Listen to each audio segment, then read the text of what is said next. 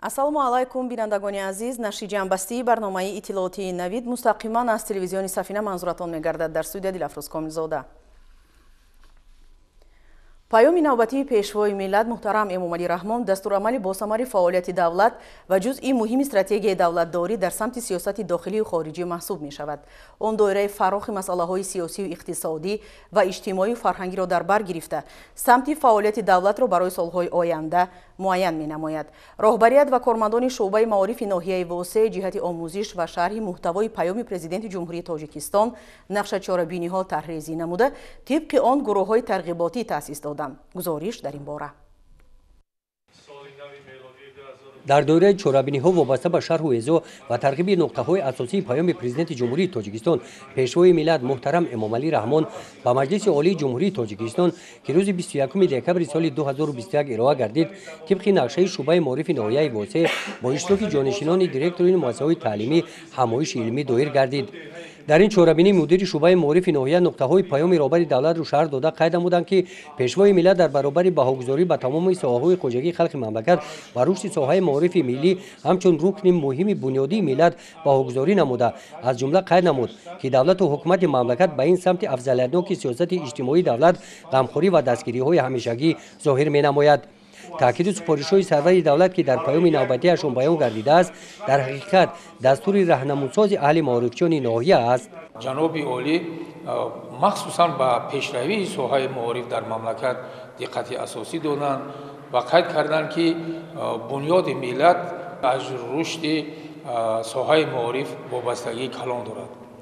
ва ин бори дигар мо кормандони соҳаи маорифро водор месояд ки нисбати таълиму тарбияи хонандагон серталаб бошем, махсусан дар иҷроиши барномаҳои таълимӣ ки то давраи 2030 ва 2040 қабул гарда ҳам дар самти омӯзиши фанҳои забони русӣ ва забони англисӣ, дар барномаи омӯзиши фанҳои табиатшиносӣ дақиқ ва риёзӣ моро водор месояд ки нисбати омӯзгорон, нисбати пешравии ин соҳа дар махсусан ҳамин фанҳо бояд серталаб бошем. дар доираи дастури супоришҳои роҳбари давлат ҳамасола дар шуъбаи маорифи ноҳия дар муассисаҳои таълими ноҳия таъмиру тармим ва азнавсозии биноҳои таълимӣ вусъати тоза гирифта истодааст ва хушбахтона имсол дар ноҳияи восеъ зиёда аз 14 муассисаҳои дар назди 14 муассисаҳои таълимӣ сохтмони биноҳо, синфхонаҳои иловагӣ ба нақша гирифтааст. ин моро водор мекунад ки дар рушди нумӯи ин соҳа ва пешравии ин соҳа боз ҳам маҳорати касбии омӯзгоронро боло бардорем.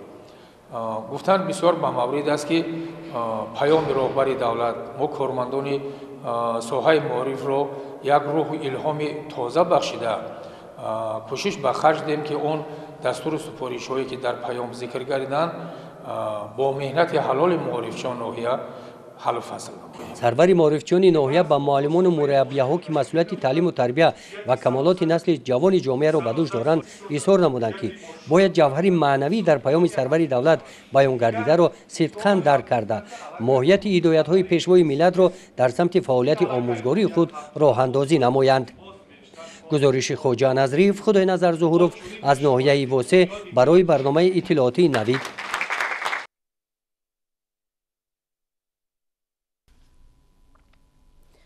дар доираи тадбирҳои ободониву созандагӣ ташкилоту муассисаҳои зиёди шаҳру навоҳии вилояти Хатлон соҳиби биноҳои нав ва кормандони он бо шароити хуби корӣ таъмин мегарданд. бо истифода аз раванди ободкориҳо масъулон дар ноҳияи Вахш бунёди муассисаҳои таълимиро бештар карда барои хонандагон омӯзгорон шароити беҳтарро фароҳам меоваранд. тафсилоти бештар дар матлаби навбатии барнома.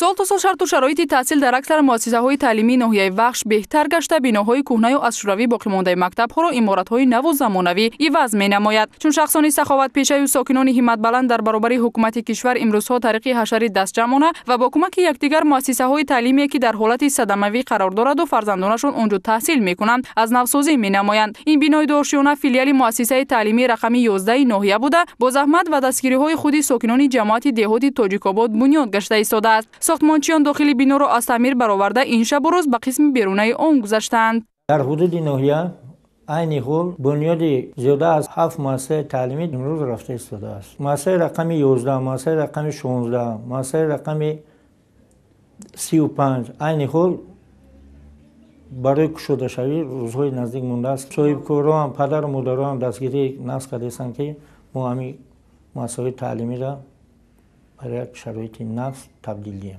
با گفته معارفچیان در حدود ناحیه وخش تنها سالی سپری گردیده 3 مؤسسه تعلیمی نو بنیاد یافته و مورد استفاده قرار گرفت. مؤسسه تعلیمی میانه عمومی رقم 47 از جمله آنهاست. سال 2020 مؤسسه تحصیلات میانه رقم 47 با تشبث صاحبکار وطنی دورانجان جورایف آغاز گردیده. سال 2021 در عرفه جشن 30 سالگی استقلالیت دولتی جمهوری تاجیکستان ساخته با استفاده داده شد که عبارت از 18 صنفخانه، تالار ورزشی و کتابخانه عبارت است. باید گفت که برای خوانندگان مؤسسه تعلیمی مذکور امروز شرایط خوبی تحصیل فراهم آورده شده. با آنها استادان با تجربه ساحه درس میگویند، چنانه که اهل معارف میگویند محض روند کارهای ساختمانی و دستگیری‌های پیوسته حکومت کشور است که زینه به زینه قریب همه مؤسسه‌های تعلیمی ناحیه از نوسازی گردیده، آنها به بناهای نو و زمانوی و صنفخانه‌های کشاد و برهوا تامین گشته ایستادند.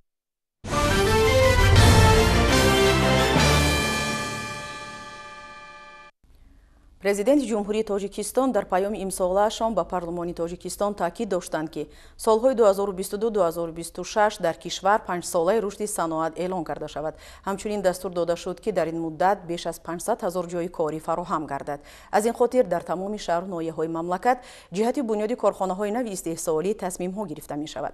аз фаъолияти корхонаи истеҳсоли маҳсулоти хӯроквории ҷамъияти дорои масъулияташ маҳдуди сардор 2008 шаҳри турсунзода ҳамкоронамон хуршед ҳалимов و طاهر سلیمانوف گزارش می‌دهند.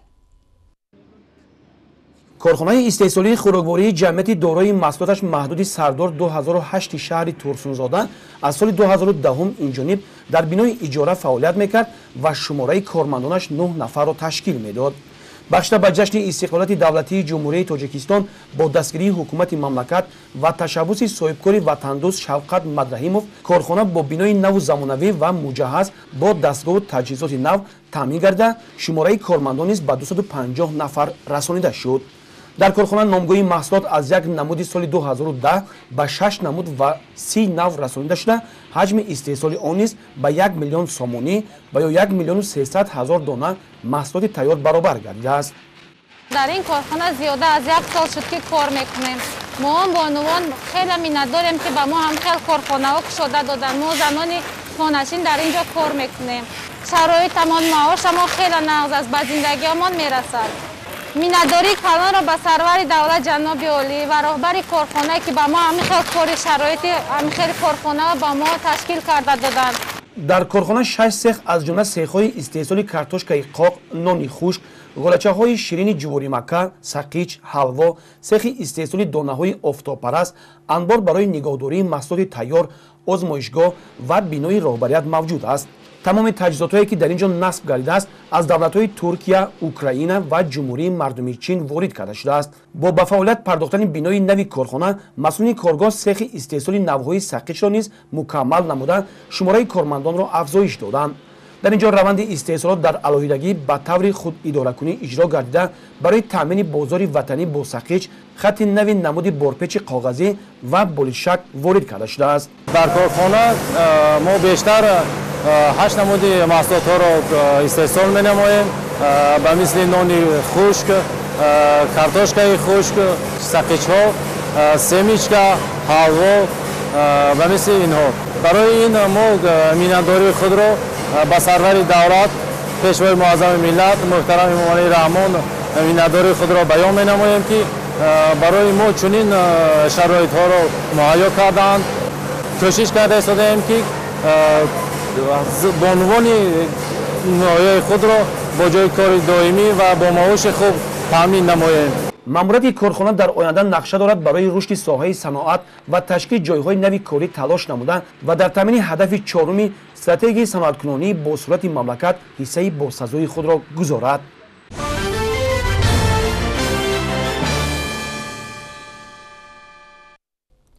مقامات اجرایی حکومت دولتی شهر دوشنبه از فعالیت یک ساله خود نتیجه گیری نمود.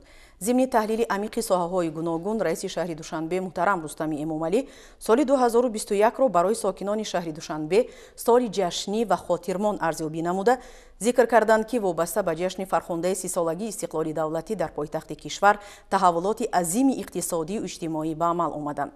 در مجلس جنبستی حکومت شهر همزمان وظیفه‌های ساختارهای پایتخت برای فعالیت در سال 2022 معین و مشخص کرده شد. تفصیلات در گزارش همکاران ما. امروز جلسه مقامات اجرایی حکومت دولتی شهر دوشنبه دایر به نتیجه‌های رشد اجتماعی و اقتصادی شهر دوشنبه در سال 2021 و وظیفه‌ها برای سال 2022 برگزار گردید. در جلسه رئیس شهر دوشنبه محترم رستمی امامعلی قید نمودند که در این دوره یک زمره کارها در سمت رشد اقتصادی و اجتماعی شهر انجام داده شدند. ابراز گردید که سال 2021 مردم شریف تاجیک از جمله ساکنان پایتخت کشورمان شهر دوشنبه 30 سالگی استقلالیت دولتی را با دستاوردهای نظررس در سمت بنیادکاری و سازندگی وطن صاحب اختیار خود تجلیل نمودند. در سال سپری شده 182 انشاءات و بناهای جشنی با مبلغ عمومی 7 میلیارد سامانی به استفاده سپرده شدند.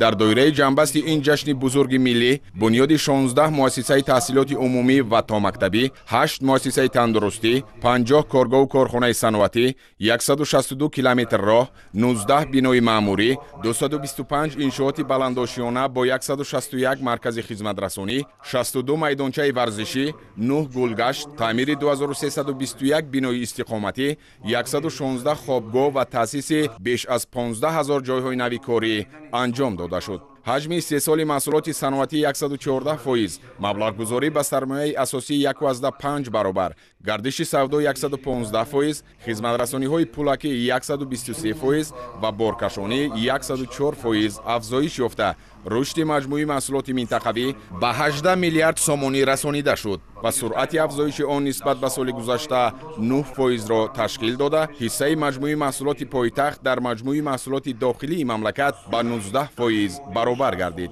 ضمن تحلیل نتیجه های رشد ساحه انرژتیکی پایتخت اطلاع داده شد که مرکزهای برق و گرمیدهی 1.6 میلیارد کیلووات ساعت نیروی برق استحصال نمودند که نسبت به همین دوره سالی سپری شده 884,000 کیلووات ساعت زیاد است. رئیس شهر جهت سری وقت برطرف نمودن کمبودی های ساحه از جمله به نوبت گرفتن شرط های تکنیکی هنگام بنیاد انشاءات ها، از نقطه های نزدیک وصل کردن ناقل ها، از بین بردن قرضداری، گذاشتن به سیستم خدمت رسانی الکترونی و اینچنین برای به شبکه گرمیدهی پیوست نمودن باز 220 بنا و انشاءات های نو در دوره زمستان سالهای 2022-2023 به مسئولین دستور و سپارش های مشخص دادند.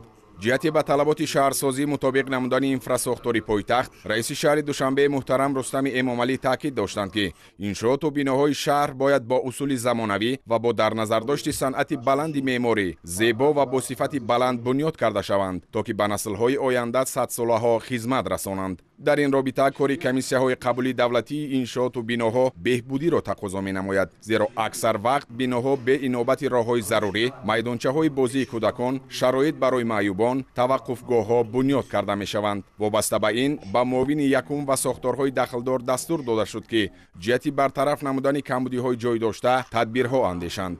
از نوسازی و به طلبات زمانی معاصر مطابق گردانیدن اینفراساختار پایتخت، مخصوصا تجدید و از نوسازی راهها زمینه مهم رشد منبع شهر محسوب می‌یابد. ذکر نمودند رئیس شهر در برآمد خود. در ظرف 5 سال اخیر در پایتخت 162 کیلومتر راهها از نوسازی کرده شدند که 7 کیلومتر آن به سال سپری شده رست می‌آید. مقامات جهت پیشگیری کردن واریدشوی سیل به کوچه و خیابان‌های شهر تا امروز 16 کیلومتر شبکه‌های سیل پرتو ساخته به استفاده داده شدند. اینچنین با مقصد دستگیری ساحه راهسازی، دستگاه استحصال اسفالت اعلی صفت با اقتدار 160 تن در یک ساعت و تجهیزات سنگ میده‌کنی با اقتدار 140 تن در یک ساعت به مبلغ 16 میلیون سامانی خریداری گردید که سال جاری به استفاده داده می شود. برای سنجش مسئله ساختمانی راه باشد، سال جاری از جمهوری ایتالیا 110 دستگاه آزمایشگاهی وارد می گردد و همه این اقدامات بهره بلند برداشتن صفت مسئله راهسازی و ساختمانی راهها روانه شدند. رئیس شهر دوشنبه محترم رستم امامعلی وابسته به حالت‌های کشال دادن مهلت اجرای کارها در بعض انشاءات راهسازی، استفاده مسئله پست صفت و بعدی به استفاده دادن راهها در مهلت‌های کوتاه پیدا شدن نوآماری‌ها، جهت اصلاح کمبودی‌های ساحه و در مهلت مقرر شده مطابق به استانداردهای معاصر ساخته به استفاده دادن راهها به مسئولین دستور سپارش دادند. رئیس شهر ضمن بررسی ساحه نقلیات پایتخت ذکر نمودند که سال گذشته با همه نمود نقلیات 280 میلیون نفر مسافر کشانیده شد که نسبت به همین دوره سال گذشته 14% زیاد می باشد. در ظرف 5 سال اخیر ساحه نقلیات مسافرکشانی شهر کاملا نوسازی گردیده. امروز خدمت رسانی ساکنان و مهمانان پایتخت توسط واسطه‌های نقلیات زمانوی به راه مانده شده است. در ظرف 5 سال اخیر از حساب مبلغ‌های بودجتی در مجموع 578 واسطه نقلیات مسافرکشی از جمله 474 اتوبوس و 104 ترالیبوس بسیم زمانوی خریداری گردید. با مقصد تجدید نظر نمودن پارک کمونالی در دایره همکاری‌ها با جمهوری خلقی چین، سازشنامه جهت وارد نمودن 466 واسطه نقلیات کمونالی به مبلغ 415 میلیون سومانی همچون کمک تکنیکی به امضا رسانیده شد. سالی سپری شده از این حساب 413 واسطه نقلیات کمونالی به پایتخت وارد گردیده، 53 نقلیات باقی مانده سال جاری وارد کرده می‌شوند. محترم رستم امامعلی جهت باز هم بهتر به راه ماندن خدمت رسانی مسافرکشانی به ساکنان و مهمانان پایتخت با معاون صحوی و دیگر ساختارهای دخلدار دستور و سپارش‌های مشخص دادند. طبری رئیس شهر دوشنبه اطلاع دادند طی 5 سال اخیر در شهر دوشنبه 27 مؤسسه تحصیلات میانه عمومی با 45000 جای نشست در دو بست و 12 مؤسسه تا مکتبی برای بیش از 2000 تربیت گیرنده مورد استفاده قرار داده شده. با همین مشکلات چندین ساله ساحه معارف یعنی نارسایی جای نشست خوانندگان پرحل گردید. دوام سال 2021 7 مؤسسه تعلیمی برای 15000 جای نشست در دو بست با طرح زمانوی بنیاد گردیده به استفاده سپریده شد. حالا در شهر ساختمانی باز 22 مؤسسه تحصیلات میانه عمومی با 40000 جای نشست و 19 مؤسسه تا مکتبی ادامه دارد. در 3 سال اخیر با مؤسسه‌های تحصیلات عالی داخل شدن خوانندگان مؤسسه‌های تحصیلات میانه عمومی پایتخت به 80% رسیده است. سالی سپری شده خوانندگان در المپیادهای جمهوریوی و بین المللی فعالانه شرکت ورزیده سزاوار 773 مدال گردیدند.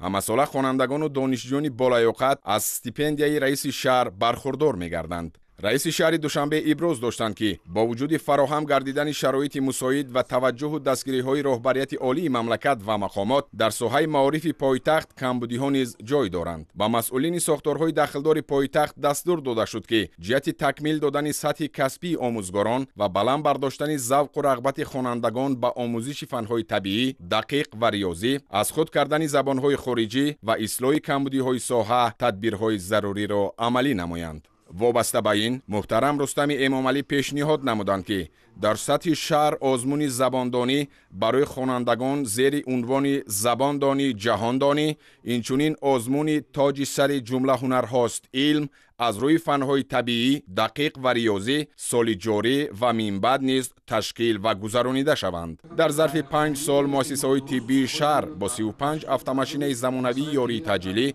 و دستگاه‌های نوی تشخیص تامین گردیده 118 نفر کودکان نقصان دل داشته از حساب مبلغ‌های فوند ذخیره رئیس شهر جراحی کرده شدند و این کار من بعد نیز ادامه داده می شود. ذکر نمودند رئیس شهر دوشنبه محترم رستم امامعلی. سالی سپری شده با مقصد پیشگیری کردن پاندمی کرونا ویروس 1.5 میلیون وایه واکسن وارد کرده شد و تا امروز 725,000 نفر ساکنان شهر که 100% گروه مقصدناک را تشکیل می‌دهند ایم کرده شدند. تجربه طب جهانی ثابت نمود که راه یگانه امین ماندن از این بیماری و نجات حیات انسان تنها امگذرانی می باشد. در این رابطه محترم رستم امامعلی از ساکنان شهر دعوت به عمل آوردند که در معرکه امکنی فعال باشند، خود و اعضای عائله‌شان را گذرانند تا اینکه سلامتی نزدیکان و اهل جامعه حفظ کرده شود.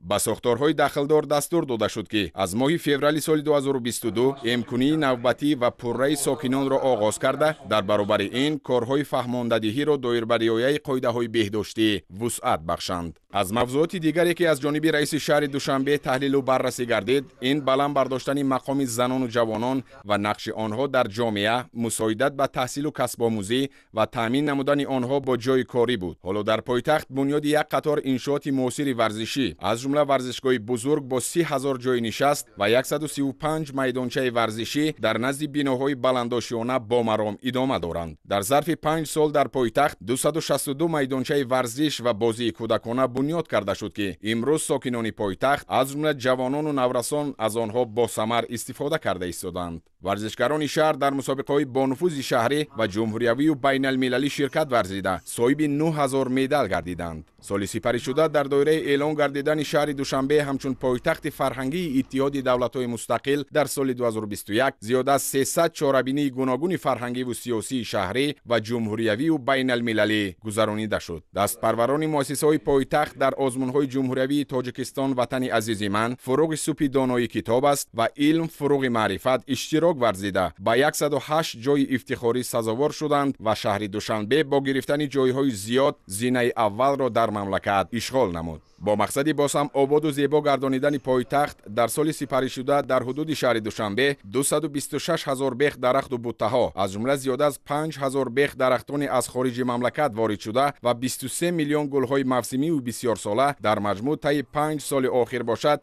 در خیابان و گلگشت‌ها و باغ‌های شهر زیاد از 600,000 بیخ درخت از جمله 26,000 بیخ درخت از خارج کشور وارد شده و 58 میلیون گل‌های گوناگون شناخته شدند. وابسته به این رئیس شهر ذکر نمودند که در 5 سال آخر 17 باغ زمانوی و 57 گلگشت بنیاد گردیده برای ساکنان و مهمانان پایتخت شرایط خوبی فراغت مهیا کرده شده است. رئیس شهر دوشنبه محترم رستم امامعلی در برآمد خود قید نمودند در پیام پرزیدنت مملکت پیشوای ملت محترم امامعلی رحمان دستور داده شد که تا سال 2026 یعنی تا جشن 35 سالگی استقلالیت دولتی کارهای آبادانی و سازندگی در تمام کشور وسعت داده شود. به خاطر اجرای سفارش پیشوای ملت ما نقشه داریم که در 5 سال آینده شماره جایهای نو کاری را به 250,000 رسانیم. این هدایت ما و مردم شریف پایتخت را وادار می سازد که تمام سعی و کوشش خود را جهت باز هم آباد و زیبا نمودن پایتخت عزیزمان شهر دوشنبه بنیاد کارخانه های نوی صنعتی و تأسیس دادن جایهای نوی کاری برای اهالی روانه سازیم.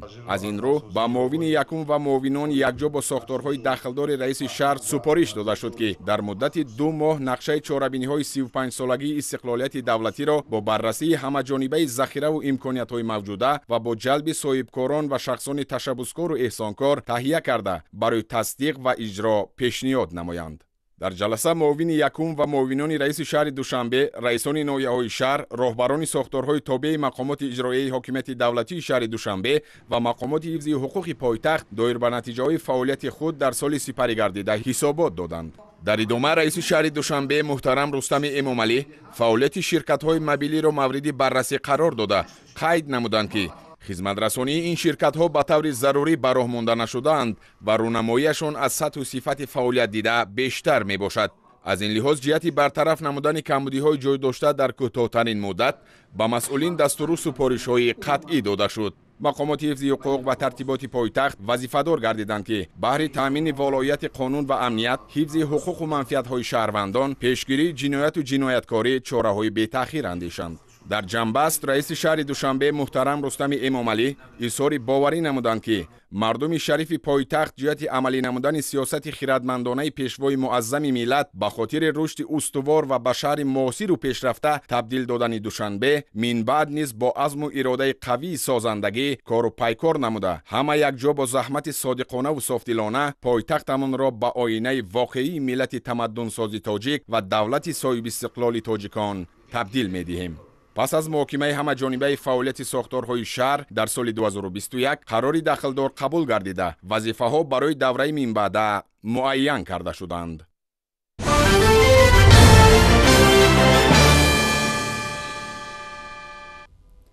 آثارخانه ملی تاجیکستان در سال 2022 برای مشتریان نمایش‌های تماشاباب را پیشنهاد می‌کند. چنین یک گوشه با نام اثرهای رسامان اروپای غربی افتتاح یافت که مصوره‌های نادر را از فاند آثارخانه ملی در بر می‌گیرد. همکارانمان در این باره اطلاع بیشتر می‌دهند. این مصوره ها اکسپونات های نادرند. بعضی از آنها قبلا به نمایش برآورده شده بودند، ولی پیشنهاد این کلکسیا در علاهیدگی مرتبه اول است که در آثارخانه ملی تاجیکستان صورت میگیرد. این گوشه اثرهای رسامان اروپای غربی نام دارد که اکنون به تالار دائم و عمل کننده تبدیل یافت و تا در برای دوستداران اثرهای صنعت تصویری باز خواهد بود. дар маросими ифтитоҳи ин гӯшаи тамошобоб зикр шуд ки ҳадаф аз ташкил намудани ин толор ин муаррифии фонди осорхонаи миллӣ мебошад ки хеле бою ғанист. Асарҳои Пинк, Эйферт, Рафаэл, Беллини, Матиас, Дунтес ва чанде дигар аз мусаввирони аврупоӣ ки шӯҳрати ҷаҳонӣ доранд ин гӯшаи осорхонаи миллиро зеб хоҳанд дод. Дар намоиш ҳамчунин чанд асари дигар мавҷуд аст ки аз ҷониби муаллифони номаълум офарида шудаанд. ин гӯша намунаи осори рассомони Олмон, Голландия, Италия ва Фаронсаро ки давоми асрҳои 16-19 офарида шудаанд дар бар мегирад. ин мусаввараҳо коллексияи тиллоии осорхонаи миллии Тоҷикистон ба ҳисоб мераванд, мегӯяд муовини якуми директори осорхонаи миллии Тоҷикистон Зафаршоҳ Иброҳимзода. солҳои 50-уми қарни 20 аз осорхонаи давлатии санъати тасвирии шаҳри Москав ба осорхонаи ҳамонвақтаи беҳзоди Тоҷикистон як қатор шоҳкориҳо эҳдо шуда буданд, туҳфа шуда буданд ва аз ин хотир ин ганҷина имрӯз дар осорхонаи миллии Тоҷикистон ҳифз карда мешавад. ва бояд гуфт ки ин коллексияи тиллоии фонди осорхонаи миллии Тоҷикистон аст ва чуноне гуфтем марбути асрҳои 16-19 аст ва ҳам рассомони машҳуртарини давлатҳои Фаронса, давлати Ҳолланд, Олмон, Италиё дар инҷо осори онҳо ба намоиш гузошта шудааст. ҳамчунин баъзе асарҳое ки аз рӯи шоҳкориҳои ҷаҳонӣ нусхабардорӣ шуданд, онҳо низ дар ин намоишгоҳ ҳастанд. баъзе аз ин мусаввараҳо соли гузашта аз ҷониби тармимгарони осорхонаи миллӣ шакли аслияшонро гирифтанд ва маротибаи аввал ба намоиш бароварда мешаванд. ифтитоҳи ин толор барои нафароне ки дӯстдори асарҳои санъати тасвирӣ, хоса офаридаҳои рассомони аврупоӣ мебошанд, имконияти хубест ки бо мусаввараҳои рассомони шинохтаи ҷаҳон шинос шаванд ва аз наздик онҳоро бубинанд. тавре масъулини осорхонаи миллӣ мегӯянд, дар фонди осорхона зиёда аз 10 000 мусаввараи мутааллиқ ба рассомони шинохтаи тоҷик ва хориҷ мавҷуд аст ва дар оянда онҳо низ бо таҷдиди толорҳои намоиш ба маърази дид гузошта хоҳанд шуд.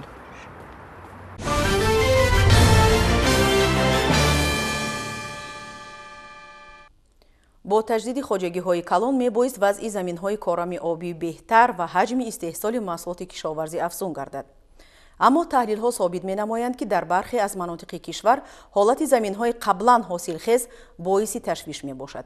барои мисол дар ноҳияи Абдурахмони Ҷомии вилояти Хатлон масоҳати зиёди заминҳои корами обӣ боиру ғайрикорам гардидааст.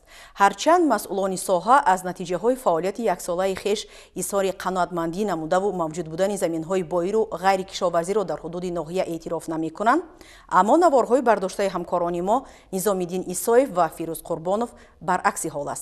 таваҷҷӯҳ кунед.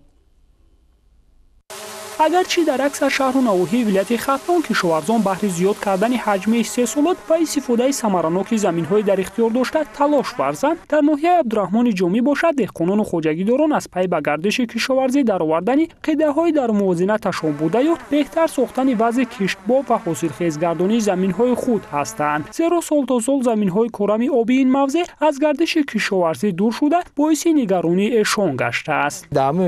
агрот качука кунем ё гандум кунем, яке каду кунем, лубё кунем, мош кунем, мақсад як чизе ки худ мебромадан метонем кадан, лекин замин шурajra мир кандан дар кора.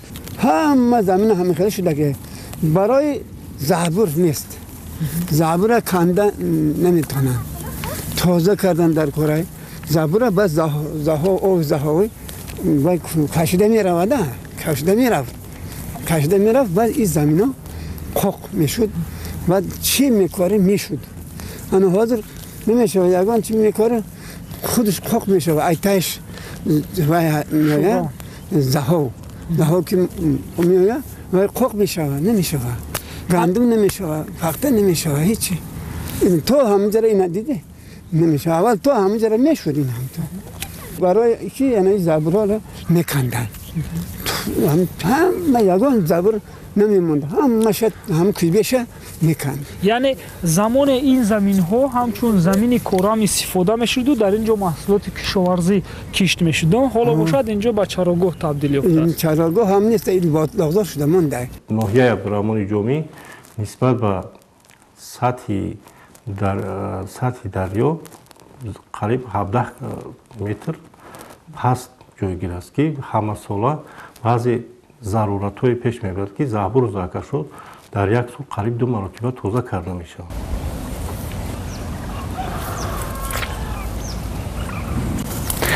ин манзарае ки шумо мебинед на туғайзор асту на ботлоғзор, балки қиддаи аз заминҳои кӯрами обии ноҳияи абдурахмони ҷомӣ аст ки ба чунин ҳол афтодааст. Замоне ин ҷо кишоварзону деҳқонон шоликорӣ карда ҳосили хуб ҳам ба даст меоварданд бино ба нақли сокинони атроф.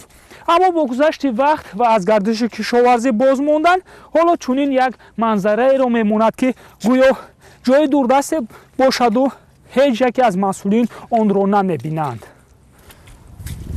забурро накандан намехел шида мондага хелеши ин наздикиёр ҳичи намешид 5 сол 6 сол шид ҳичи намекоран намешавам мекоран бечора мекоран хеле бад намешава зак заҳой ягон ҷон намерав яъне ки масраф мекунанд доруҳои минералӣ истифода мебаранд қувваи кори сарф мекунанд аммо дар натиҷа ҳеҷ ҳосил нест баъд ҳамин мепартонанд дигар ки истифода мебарад намебарад тамом ҳам трактора кӯйбеша ма медонам ҳама забирора тоза кардан дар кора чуқур ҳам канда бурда тамом ягон забир намонда мекана баъд то ҳамҷара ҳосил метия ана замин ба қувватай дорӣ метии вай метии ҳосил гирифта метавонӣ. мо дар якҷоягӣ бо идораи беҳдошти замини ноҳия ва идораҳои дахлдори соҳаи кишоварзӣ ҳамкорӣ карда мувофиқи нақша чорабиниҳо ҳамон ҳолати тиви заминҳое ки вазмин аст забру закашон аввал дар мадди аввал ҳамон забру закашҳоро тоза мекунем ки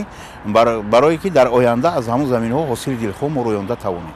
рӯз то рӯз кам гаштани маёни кишзорҳо ба бутлоғзору шуразамин мубаддал ёфтану аз гардиши кишоварзӣ боз мондани заминҳои кӯрами обию ҳосилхези ноҳияи абдурахмони ҷомӣ дар ҳолест ки масъулин мегӯянд онҳо масъула мувофиқи нақша қисми зиёди заҳбуру заҳкашҳои ҳудуди ноҳияро тоза намуда ҳолати заминҳои кӯрами обиро беҳ мегардонанд. дар соли 2021 мутобиқи нақша чорабиниҳои тирамоии зимистона ки аз тарафи агентии беҳдошти замин ва обёрӣ назди ҳукумати ҷумҳурии тоҷикистон ҳамчунин раёсати беҳдошти замин ва обёрӣ дар вилояти хатнум ки ба тавсил расонда шудааст беҳ кардани ҳолати мератиби заминҳо дар ҳаҷми 310 гектар замин ба нақша гирифта шуда буд. иҷроиши нақша чорабиниҳои тирамоии зимистона доир ба беҳтар кардани ҳолатҳои мератиби заминҳо дар соли 2021 151% ташкил мекунад ки ба дарозии 314 километр забуру закашу тоза карда шуд ки ба маблағи 624 000 сомонӣ ҳолати мератиби заминҳо беҳ карда шуда.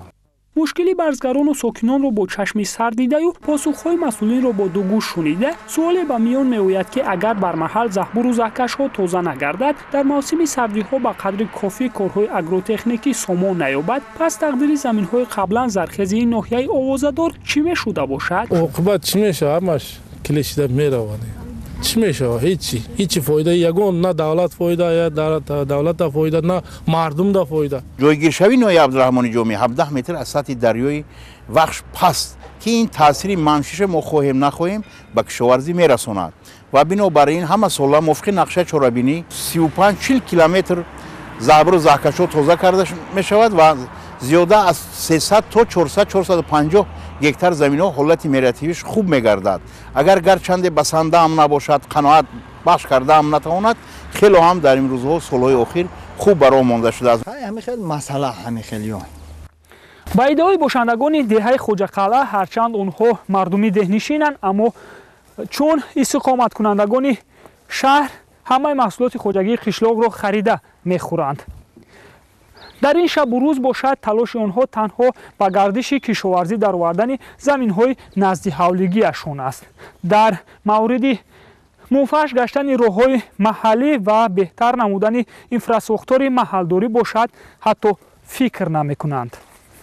замина монда ягон чӣ намешава ҳамаон харида хӯрем хай мисол ягон чӣ намешава иҷоди ягон поён забурмо балота шида ховай оз намекаша мисол хаб боломона ёрдам ба ҳукумати вай кардем ҳукумат омад кандагмона ҳама қа ёрдам мекуна давлат мода анам поёнмон мондагиай забура намекаша мо ҳеҷ ягон чӣ корида наметавонем дар ҳавлиёмона чизе ки мекори намебура ҳатто ҷугорӣ чи дар ҳамҷа ҷугорӣ намебуроя ина мерам ҳавлиёмона нишон метиҳем мо хай пастараса кардагием ана повел кардагием пору партофтагием ҳама чиша кардагием ҳами я бел мегирим уже зака ёки дар инҷа чӣ мешава мепуса меравам масъала техника боша и хел бикана и хел бикана и хел бикана и хел бикана одӣ куна ана мардум самаранок истифода бара як дута сета дарахт бишинона مثلا تم چم که ما در زمین ناوتی جای زورت گفته برده اوجا را آواد کردن ایجا را آواد کنیم خوبه که همجام زمین یا همجام زمین همجام زمین مهنت کنیم میشه نه که ما شرایط نداره در نوحه زمینای باید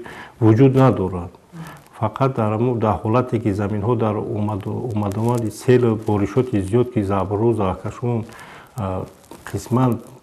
قسمت نوحه در زیر کوه در روحایی که از سیل پرتو از او پر می شوند همین قسمت بعضی مشکلی رو ایجاد میکنند که ما همساله همین سیل پرتو رو از لوی سنگ شغلی که در نتیجه بارشات زیاد زابر زاکشون پر میشن در سری وقت توزیع میکنیم.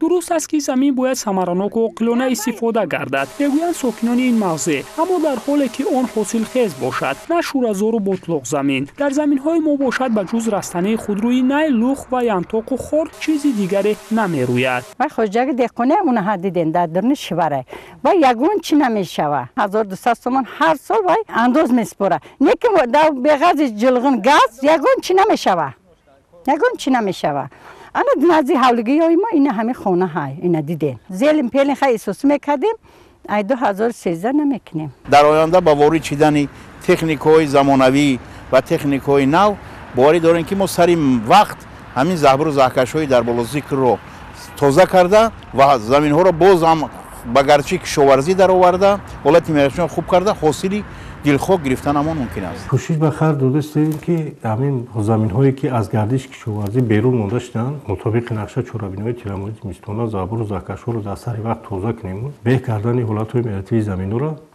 در سری وقت به تمام رسونیم. با گفته ساکنان و خواجگیداران اگر مسئولین هرچی زودتر این مشکل را برطرف نسازند دور نیست اون روزی که همه قیده های در اختیار داشته آنها و بطلقزار و زمین شورخاک تبدیل یابد در نتیجه هم استحصال محصولات کشاورزی در ناحیه کاهش می‌یابد و هم روزگاری آنها سنگین‌تر خواهد شد هرچند ناحیه‌داران از بعضی کنونی واقف هم باشند اما از سال 2013 این جانب حالت زمین‌های همین موضوع را تا حدی درکاری به نساختند اطمینان بر آن داریم که بعدی پخش مطلبی زیر مسئولین به طور عاجلی از پی اصلاح کمبودی ها می‌گردند و در نوبت خویش ما نیز جریان کارهای سامان یافته را پیگیری خواهیم کرد. نظامی‌الدین عیسایی و فیروز قربانوف برای برنامه نوید از ناحیه عبدالرحمن جامی.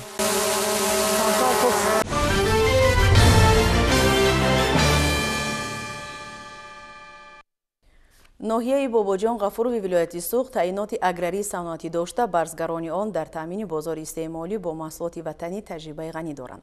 خواجگیداران در این ناحیه در کشف اصولهای معاصر و موثر پرورش نمودهای گوناگون زراعت نیز پیشصف میباشند. گرمخانه‌داری نیز در این میان استثنا نیست.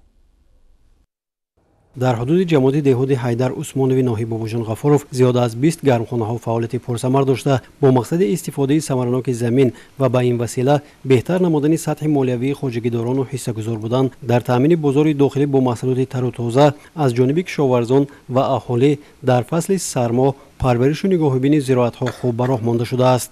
دوم مثال در این گرمخانه‌ها 3 مراتب حاصل پمیدار و بادرینگ جمع‌آوری گردیده در بازارهای ولایت ناحیه به فروش برآورده شده. عین زمان برای کشت سیوم بیشتر کبودی‌ها پرورش کرده می‌شوند. بنا به معلومات مسئولین جماعت مذکور سال جاری قسم زیاد اهالی و خواجگیداران در گرمخانه‌ها کوچت پمیدار و بادرینگ پرورش کرده ایستادند. گرمخانه همین یه مدت 3 سال شد تشکیل کردیم.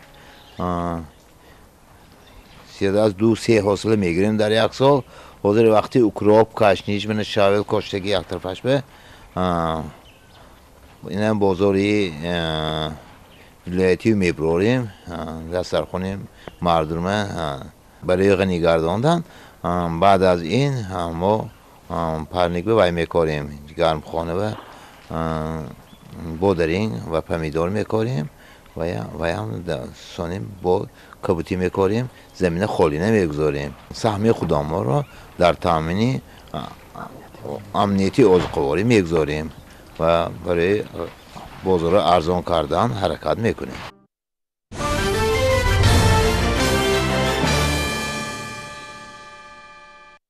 фалак аз навъҳои бостонии мусиқии суннатии миллати тоҷик маҳсуб ёфта, он давоми асрҳо шакл гирифтаву то ба имрӯз расидааст. Дар охири соли 2021 фалак ҳамчун мероси ғайримоддии башарият пазируфта шуд ки ин дар муаррифии бештари миллати мо ба ҷаҳониён мусоидати созгор хоҳад кард. шарҳи хабарнигорони минтақавии мо аз ноҳияи Тоҷикобод дар ҳамин мавзӯъ омода шудааст. از طرف کمیسیون حفظ میراث جهانی تشکیلات بین‌المللی یونسکو اعتراف کردن موسیقی فلک همچون میراث غیرمادی فرهنگ جهانی از نصرت و توجه خاصه اساسگزار صلح و وحدت ملی پیشوای ملت پرزیدنت جمهوری تاجیکستان محترم امامعلی رحمان بر رشد صنعت تاجیک در سطح جهانی درک می‌دهد. این رویداد مهم در شعبه فرهنگ ناحیه تاجیک‌آباد خوش پذیرفته شده، هنرمندان ساحه هم‌آوازی خوشنودی خود را از پذیرایی تشکیلات با نفوذ جهانی از این موسیقی بی‌نظیر بیان می‌نمایند. از طرف تشکیلات بین‌المللی یونسکو اعتراف گردیدن موسیقی فلک همچون میراث غیرمادی فرهنگی جهانی باعث افتخار و سرفرازی ما تاجیکان میباشد. در انسامبل ترانه و رقص با یوزی کوهستانی ناحیه به صنعت فلکسرایی اهمیت خاص ظاهر میگردد. سرایندگان ما نیز سرودهای فلکی گذشتگان را حفظ نموده در جشن و مراسم آنها را با مهارت خوب اجرا مینمایند. از طرف شعبه فرهنگ ناحیه به رشد صنعت فلکخوانی و حفظ فلکخوانی رشتی اهمیت خاص داده می شود. ما از این رویداد فرح بخش یعنی همچون میراث جهانی اعتراف گردیدن فلک تاجیکان که از سیاست فرهنگ پرورانه پیشوای معظم ملت محترم امامعلی رحمان برمی آید برای رشد فرهنگ تاجیک استعدادهای جوان را تربیت می‌نماییم. در شعبه فرهنگ ناحیه تاجیک‌آباد برابر دیگر ژانرهای موسیقی با فلکسرایی نیز توجه ظاهر گردیده با استفاده از میراث فرهنگی سرایندگی کوهستانی دیار سرودها حفظ و پیشنهاد شیفتگان و هواداران موسیقی اصیل می‌گردند. فلک موسیقی عنعنوی ملت تاجیک بوده دوام عصرها آرزو و آمال مردم را در شکل دوبیتی و رباعی با آهنگ‌های دلانگیز بین مردم معرفی می‌نمود. پذیرفته شدن این تشبث اساسگزار صلح و وحدت ملی پیشوای ملت محترم امامعلی رحمان بهر حفظ میراث فرهنگ گذشتگان از معرفی صنعت بوی باستانی تاجیکان در عرصه جهانی شهادت می‌دهند.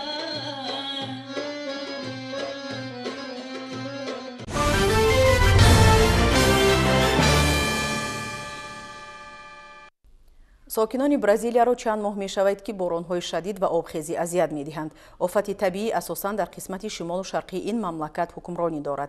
در نتیجه سوختار در چیلی باشد 100 منزل استقامتی سوخته نابود گردید.